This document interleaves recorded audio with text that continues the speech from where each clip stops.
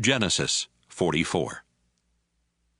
Later, Joseph told the servant in charge of his house, "Fill the men's grain sacks with as much as they can hold, and put their money in the sacks.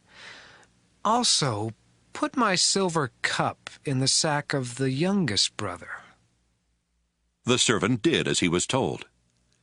Early the next morning, the men were sent on their way with their donkeys. But they had not gone far from the city when Joseph told the servant, "Go after those men. When you catch them, say, 'My master has been good to you, so why have you stolen his silver cup? Not only does he drink from his cup, but he also uses it to learn about the future. You have done a terrible thing.'"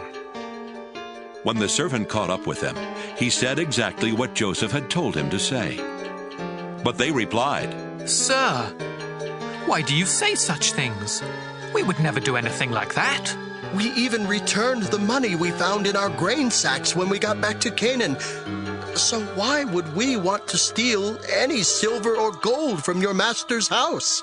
If you find that one of us has the cup, then kill him, and the rest of us will become your slaves." "Good," the man replied.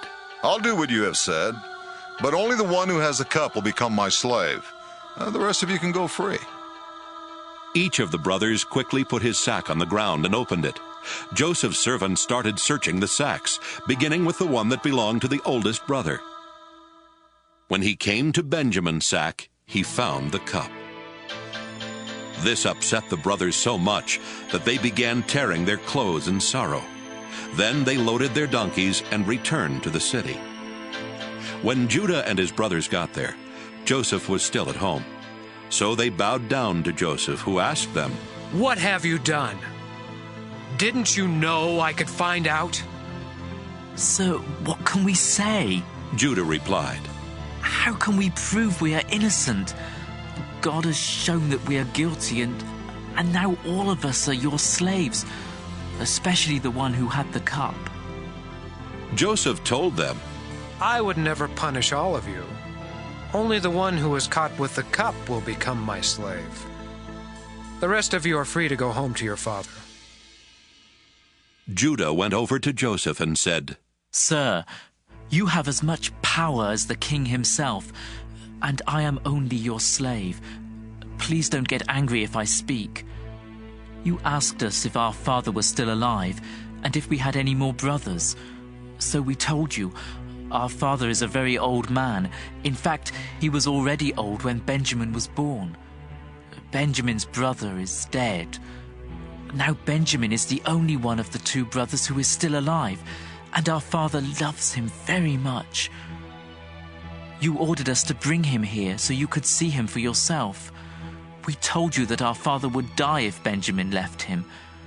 But you warned us that we could never see you again unless our youngest brother came with us. So we returned to our father and reported what you had said. Later, our father told us to come back here and buy more grain. But we answered, 'We can't go back to Egypt without our youngest brother. We will never be let in to see the governor unless he is with us.' Sir, our father then reminded us that his favorite wife had given birth to 2 sons. One of them was already missing and had not been seen for a long time. My father thinks the boy was torn to pieces by some wild animal, and he said, 'I am an old man. If you take Benjamin from me and something happens to him, I will die of a broken heart.' That's why Benjamin must be with us when I go back to my father. He loves him so much that he will die if Benjamin doesn't come back with me. I promised my father that I would bring him safely home.